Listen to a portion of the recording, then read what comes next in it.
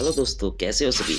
आज हम एसएसटी और साइकोलॉजी की तैयारी के लिए पार्ट 3 लेके आए हैं। दोस्तों आपको बता दूँ यहाँ बहुत ही शानदार आपकी तैयारी होने वाली है क्योंकि हम एसएसटी के सभी बुक्स एनसीईआरटी की जो है उसके अंदर से सवाल उठा रहे हैं और फर्स्ट और सेकंड पार्ट पहले ही अपलोड किए जा चुके हैं जो कि लिंक डिस्क्रिप्शन पे। इस वीडियो को अच्छे से देखिए, निश्चित रूप से आपको पसंद आएगा। स्टार्ट करते हैं आज का सेशन। आज का पहला क्वेश्चन देखिए, ये जो बुक्स चलती है हमारे अतीत, भाग फर्स्ट क्लास 6, वहां से क्वेश्चन। ठीक है। कवि हरिसेन द्वारा रचित इलाहाबाद प्रशस्ति से हमें किस गुप्त शासक के बारे में जानकारी मिलती है? समुद्रगुप्त। समुद्रगुप्त, जिसे भारत का नेपोलियन कहा जाता है। क्या कहा जाता है? नेपोलियन। बहुत ही इंपॉर्टेंट क्वेश्चन है।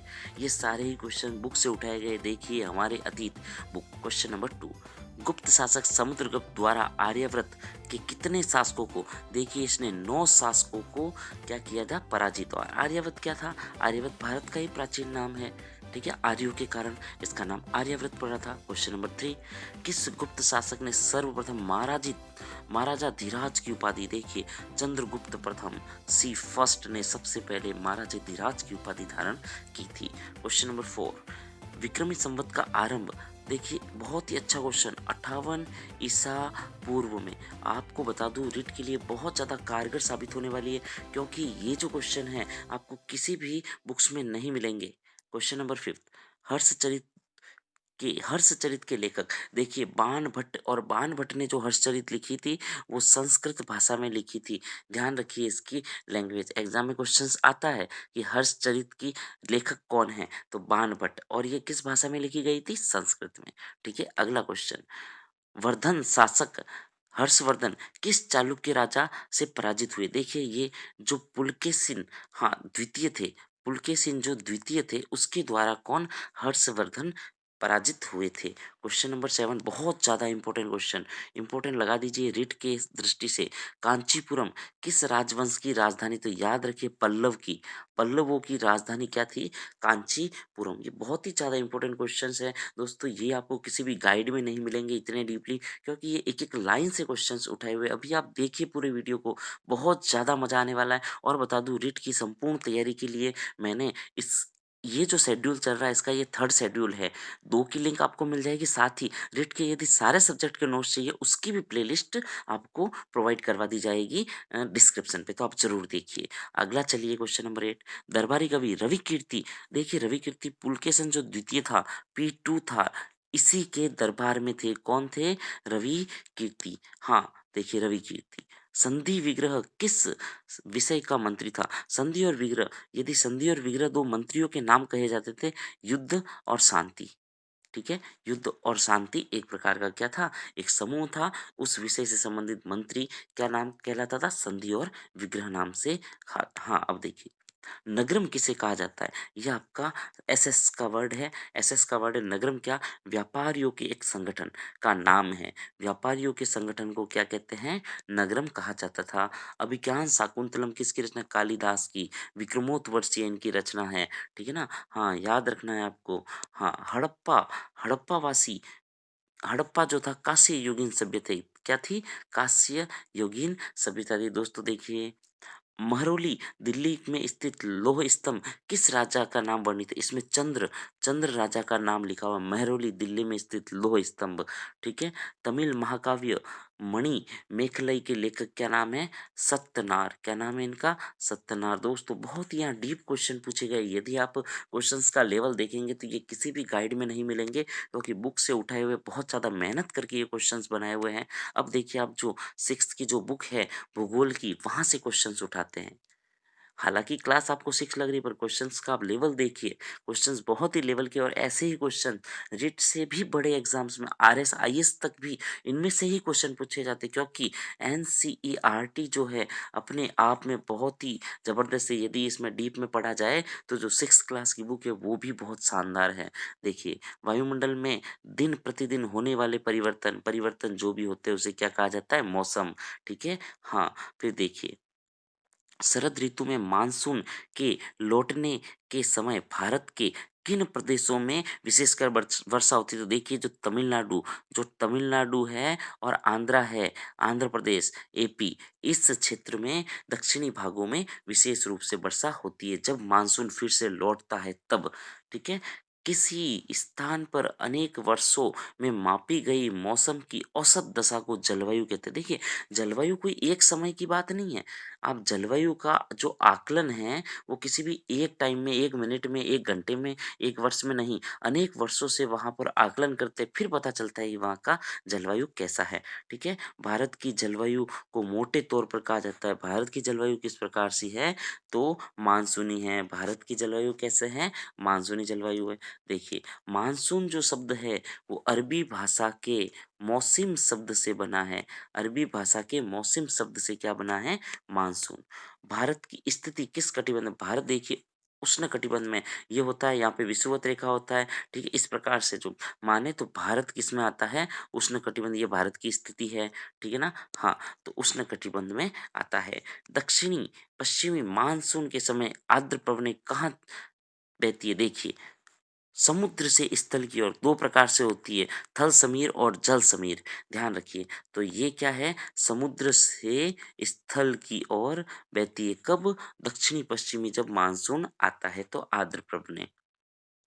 अब चलिए, जो राजस्थान क्लास 6 है वहाँ से क्वेश्चन उठाए गए। राजस्थान जीके होंगे इसमें सारे क्वेश्चन। अरावली पर्वत के अरावली पर्वत से पूर्वी भाग में बहने वाली नदियाँ बनास, कालीसिंध, पार्वती, चंबल, ये सब कोटा क्षेत्र में बहने वाली नदियाँ हैं। ठीक है। अरावली पर्वत से पश्चिम भाग में रहकर अपना जल अरब सागर में, देखिए अरब सागर में ये सारी सोजा मालू साहब जो है, सोम सोम इसके अंदर नहीं लिखा हुआ है। हाँ, जाखम भी नहीं लिखा हुआ। फिर आप देखिए माही, लूनी, साब, सा से साबरमती, व से पश्चिमी बनास। तो ये वाली जो है ये आपके अरब सागर में जल ले जाने वाली है। इसकी ट्रिक क्या है? सो, जा, मा, लू, सा, ब यहाँ पश्चिमी बनास है। ठीक है। देखिए, आपको हर चीज़ बताई जाएगी, हर चीज़ डिटेल में। यदि आप वीडियोस देखते हो तो आपको पता चलता है कि यहाँ पर बहुत ही क्वालिटी कंटेंट प्रोवाइड किया जाता है। मैजिकल मैथ्स सभी प्रकार के सब्जेक्ट्स से रिलेटेड तथा सभी प्रकार की गवर्नमेंट जॉब अलर्ट और शॉर्ट ट्रिक से रिलेटेड आपको जानकारियाँ शुरू से देता आया है। आगे चलिए आप। बेड़च, कोठारी, कालीसिंध और पार्वती ये सभी चंबल की सहायक नदियाँ हैं और कोटा क्षेत्र की ओर बहने वाली नदियाँ हैं। किस नदी का उद्गम स्थल हाँ देखिए, राजसमंद, बनास। बनास जो नदी है उसका उद्गम स्थल खमनोर की पहाड़ी से होती है। कहाँ से? हाँ, हाँ, बनास का खमनोर याद रखना है। बनास कहाँ से? खमनोर। खमनोर कहाँ है? हुआ है राजसमंद में। चंबल नदी पर बना राणा प्रताप सागर चित्तौड़ में पड़ता है। कहाँ पड़ता है? चित्तौड़ में। जयसमंद झील का निर्माण मेवाड़ के महाराजा जयसिंह के द्वारा, देखिए 1687 से, ये कार्यकाल 1687 से 1691 किसका कार्य है? जय सिंह का कार्यकाल है। इतना इंपॉर्टेंट नहीं है हालांकि ये। राजस्थान में नहरों का भाग, देखिए राजस्थान में नहरें हैं वो आपका 33% भाग है। राजस्थान में नहरों का कितना भाग सिंचित है? ठीक है, तो 33% भाग सिंचित है। पशुपालन की दृष्टि से राजस्थान देश में दूसरे स्थान पर रहता है। ध्यान रखिए, पशुओं की अगर देखा जाए तो राजस्थान भारत में दूसरे स्थान पे है। राजस्थान में अब तक की पशु गणना देखिए, 20वीं पशु गणना हो चुकी है। इस बार जो पशु गणना हुई थी वो 20वीं बार हुई थी। कब? 2019 सबसे लास्ट। राजस्थान में सर्वाधिक रॉक फास्फेट, ये भी बता दूं आपको, झामर कोटड़ा। कहाँ? झामर कोटड़ा। और ये कहाँ पर आया हुआ है? ये उदयपुर क्षेत्र में आया हुआ है। सबसे ज्यादा रॉक फास्फेट होता है राजस्थान में, सर्वाधिक मात्रा में होने वाला खनिज है। राजस्थान में शिक्षा का अधिकार अधिनियम, देखो शिक्षा का अधिकार अधिनियम 6 से 14 वर्ष तक के जो आयु है उनके लिए बनाया गया है। बिल्कुल बहुत ही अच्छा क्वेश्चन है। आगे चलिए, वर्ष 2011 की जनगणना के अनुसार राजस्थान के कुल कितने प्रतिशत भाग साक्षरता रही थी? तो आप देखिए, यदि कुल साक्षरता की बात करें तो 66-11, क्या याद रखोगे? 66-11, डबल छक्के डबल के 1-1 है। ठीक है, 11 का पहाड़ा 6 बार बोलो तो ये आपकी कुल साक्षरता हो जाएगी। और पुरुष की बात करें तो एवरेज 80 के आसपास, और महिलाओं की बात करें तो एवरेज 52 के आसपास। ठीक है, याद रह जाएगा, कोई दिक्कत नहीं है। ढूंढात, देखो जो ढूंढाड़ी है, जो ढूंढाड़ी है वो आपका जयपुर क्षेत्र में बोला जाता है। कहाँ बोला जाता है? जयपुर। गणगौर, गणगौर कब मनाया जाता है? देखो याद रखना है, चैत्र शुक्ल तृतीया। क्या याद रखना है? CS3। क्या याद रखना है? CS। हाँ, चेन्नई सुपर किंग थी ना, तो आपको चेन्नई सुपर किंग, किंग को याद रखना है, किंग 3। किंग कितने? 3। ठीक है, तो CS3 याद हो जाएगा। चैत्र शुक्ल तृतीया। संत दादू दयाल ने अकबर से फतेहपुर सीकरी में 1585 में भेंट की थी। कौन? संत दादू दयाल कहाँ मिले थे? फतेहपुर सीकरी में। किससे मिले थे? अकबर से। देखो बहुत ही क्वेश्चन लेवल के हैं। यहाँ पर आपको जो क्वालिटी प्रोवाइड की जा रही है वो आपको क्वालिटी कहीं पर भी नहीं मिलने वाली है। दोस्तों अभी तक यदि वीडियो में बने हुए हो तो चैनल को लाइक सब्सक्राइब शेयर जरूर कीजिए, क्योंकि इससे भी शानदार चीज़ें अभी और आनी बाकी है। अभी तो पिक्चर बाकी है मेरे दोस्त, आगे चलिए। संविधान के किस अनुच्छेद में संगठन, हाँ देखिए संसद 79, संसद कहाँ है? 79 नंबर आर्टिकल में संसद के बारे में उल्लेख है। आगे चलिए। विभिन्न राज्यों को राज्यसभा के लिए आवंटित सीटें, देखिए चौथी जो अनुसूची है उसमें ये लिखा हुआ है किस किस राज्य में कितनी कितनी सीटें, कितनी कितनी राज्यसभा की सीटें होगी, ये उल्लेखित है। किस व्यक्ति को राज्यसभा के सत्र को आहूत करने एवं सत्र का सत्रावसान करने का, देखो राष्ट्रपति ही राज्यसभा का जो सत्र है वो स्टार्ट करने का काम करता है, उसको जारी रखने का काम करता है। लोकसभा में केंद्र शासित क्षेत्रों से मतदान द्वारा निर्वाचित अधिकतम कितने सदस्य? अधिकतम 20 सदस्य चुने जाते हैं। राष्ट्रपति का निर्वाचन और निर्वाचन की रीति किस आर्टिकल में है? तो 54, 55। आपको बता दूं 51 से राष्ट्रपति के आर्टिकल स्टार्ट हो जाते हैं। आगे चलिए आप। राष्ट्रपति की पदावधि का वर्णन, देखिए पद और अवधि तो 56, 56 क्योंकि देखो सब लाइन से चल रहे हैं सारे ही, 54, 55, 56 है ना, कंटिन्यू 52 से स्टार्ट होकर। राष्ट्रपति द्वारा जारी अध्यादेश संसद के दोनों सदन पुनः संवेद होने की तारीख के कितने दिन तक विधि मान्य होंगे? तो ये ध्यान रखिए आप, 6 सप्ताह। बहुत ही इंपॉर्टेंट क्वेश्चन है, बहुत ही इंपॉर्टेंट। अनुच्छेद 352 जो है उसमें आपातकाल कितने माह तक? तो 6 माह तक आपातकाल लागू एक बार में, फिर उसे बढ़ाया जा सकता है, एक्सटेंस बाद में कर सकते हैं। फिर आप देखिए अनुच्छेद 356 के तहत राष्ट्रपति किसी राज्य में संवैधानिक तंत्र विफल होने पर, हाँ ये भी एक प्रकार का क्या है, 356 पे आपातकाल है। कब? जब किसी भी राज्य में संवैधानिक विफलता आ जाती है तो ऐसे में संसद के दोनों सदनों से अनुमोदन आवश्यक है 2 माह के अंदर अंदर। ठीक है, वो 6 माह था, ये 2 माह। भारत के राष्ट्रपति ज्ञानी जेल सिंह के द्वारा सर्वप्रथम किस संविधान संशोधन के, हाँ देखो जेबी वीटो का वीटो पावर होता है राष्ट्रपति के पास, ये ज्ञानी जेल सिंह ने सबसे पहले ये प्रयोग किया था। और ये किस विधेयक के लिए किया था? डाक संशोधन विधेयक। और ये कब हुआ था? 1986। बहुत ही इंपॉर्टेंट क्वेश्चन।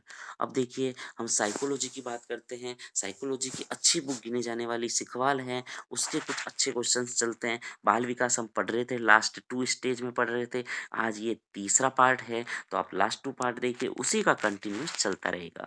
देखो बच्चे द्वारा प्रथम सार्थक शब्द किस उम्र में? देखो 10 से 13 वर्ष में बच्चा मतलब एकदम सार्थक, जिसका अर्थ निकलता हो, इसके प्रकार के वर्ड बोलता है 10 से 13 वर्ड में, कि बच्चे अर्थ निकलने वाले बिल्कुल बिल्कुल एकदम सही चीजें बोलने लगते हैं। आगे चलिए आप। मध्य बाल्यावस्था, देखो 6 से 11 क्या होता है? मध्य बाल्यावस्था की काल होती है। मनोविज्ञान की जो प्रमुख, हाँ प्रथम प्रयोगशाला विलियम वुड ने कहा की थी? जर्मनी में। कहाँ? जर्मनी के लिचबिंग, हाँ लिपजिंग शहर में स्थापित की थी। विकास की किस अवस्था तक बुद्धि का अधिकतम विकास संपन्न हो सकता? हाँ किशोर अवस्था में इंसान की अपन मान सकते हैं कि बुद्धि सक्रिय हो जाती है, वो चीजों को परखने लगता है, समझने लगता है। ठीक है।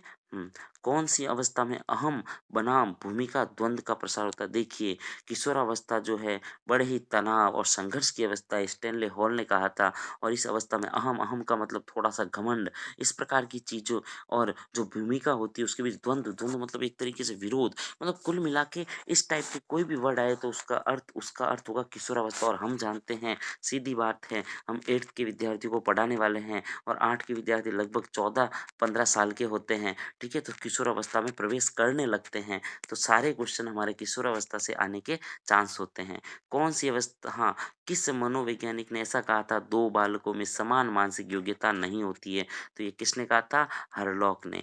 हरलॉक ने क्या कहा था? जो 2 भी कोई भी 2 बालक ले लो आप उसमें मानसिक योग्यता उसमें भिन्न-भिन्न होती है। शारीरिक वृद्धि देखो शरीर में जो वृद्धि होती है वो कहलाती है अभिवृद्धि, विकास अलग चीज़ होती है। शारीरिक वृद्धि और विकास को क्या कहा जाता है? अभिवृद्धि कहा जाता है। देखो एडोलसेंस जो बुक थी, स्टैनले हॉल्स ने लिखी थी। स्टैनले हॉल्स ने क्या बुक लिखी थी? एडोलसेंस। एडोलसेंस का मतलब होता है किशोरावस्था, ठीक है? हाँ, बालक के संज्ञानात्मक विकास हेतु सर्वोत्तम स्थान माना गया है। तो यदि कॉग्निटिव डेवलपमेंट करना है, संज्ञान मतलब बच्चे चीज़ समझते, सीखते हैं, तो सबसे पहले विद्यालय और कक्षा-कक्ष ये सबसे बढ़िया साधन हैं, ठीक है? बालक के अध्ययन के पिता कहा जाता है स्टैनले हॉल क्योंकि बाल मनोविज्ञान जो था इस पे काफ़ी ज़्यादा खोज की गई स्टैनले हॉल के द्वारा की गई। थैंक यू कैसा लगा वीडियो ज़रूर कमेंट कीजिए और ज़्यादा से ज़्यादा लोगों तक शेयर कीजिए। अगला पार्ट बहुत जल्द आएगा। धन्यवाद।